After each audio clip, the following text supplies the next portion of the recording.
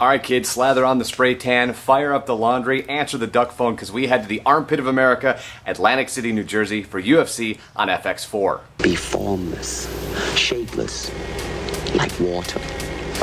Now you put water into a cup, it becomes the cup. Now water can flow or it can crash. Be water, my friend.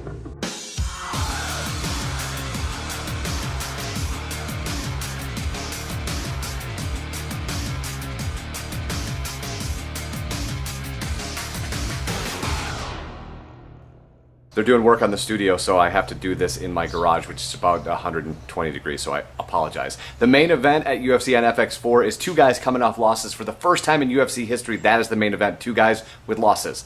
Clay Guida and Gray Maynard. Clay is one of those guys who never stops coming at you. He looked great in his loss to Benson Henderson, if you can say that, but a loss to the champ, he looked great in that. And now Benson Henderson holds on to that strap and waits for a rematch with Frankie Edgar, and we have no idea what's going to happen in the lightweight division. What's interesting is that Maynard, with two losses in the division, really isn't mentioned at all in the title hunt. So you know that Gray wants to hold Clay against the fence and grind him down, take him to the mat, and suck his will out and win that fight. Here's the problem.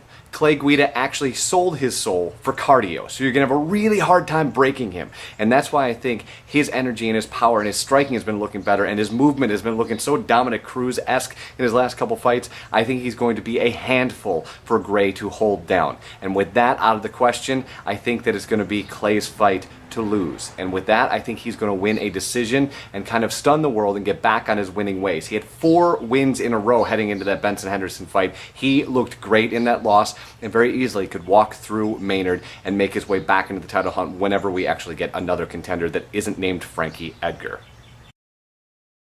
So the quietest trilogy we have in the UFC is between Sam Stout and Spencer Fisher. Spencer has said that this is going to be his retirement fight. Sam Stout won the first bout between the two guys, and Spencer Fisher handily got a decision over Sam Stout in the second one. This is a must-win for both of these guys. Spencer Fisher, of course, wants to retire on a win, a 10-year career in MMA, and he wants to walk out with a W. Who wouldn't? And one would say he's probably got the formula to do that to Sam Stout. Sam Stout has not won a fight since the tragic loss of his brother-in-law and lifelong coach in Sean Tompkins. A big blow to him, and something that he really needs to get a win and kind of get back on the winning ways, because that's a thing that mentally is going to start tearing at him if he doesn't have another W. And you know as well as I do, while the UFC needs to remain deep for the amount of events that they're doing, you can't lose forever in the UFC and keep your job. So Stout needs to win this one, and both of these guys could put on one hell of a fight. That said, I really think that Spencer Fisher's got this one figured out, and he's going to retire with a W and walk out of that cage on Friday night with a win and a 2-1 victory over Sam Stout in the trilogy at UFC on FX4. Third fight to talk about tonight is Bryan Ebersol. He is going to be taking on TJ Wahlberger. Bryan Ebersol is one of those guys who's known for his flashy style of fighting and something that he likes to call the harrow, seen here. TJ Wahlberger is a submission demon. 80% of his victories come by way of submission.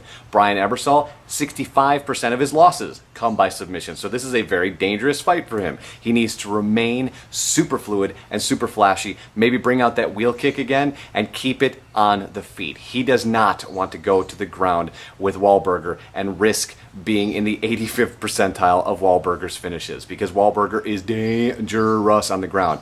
That said, I think Ebersol, he's 4-0 in the UFC at this point, and he's notching his 50th victory. If he wins on Friday, it's his 50th victory, and I think he will. He's going to keep it standing. He's going to keep it flashy. He's going to keep it hard for TJ to guess what's coming next, and that's going to make it hard for TJ to get across that cage, get it to the ground, and submit him, because that's what he wants to do. He wants to put Ebersol to sleep. I don't think he's going to be able to do it. I think Ebersol is going to walk away with the W on Friday night, and then we, of course, head in to UFC 147 in Brazil the very next night. We'll cover all of this on Friday on Way of the Warrior. Follow us on Twitter and on Facebook. I need to go inside because there is no air conditioning here, and it's hotter than Rio de Janeiro in my garage.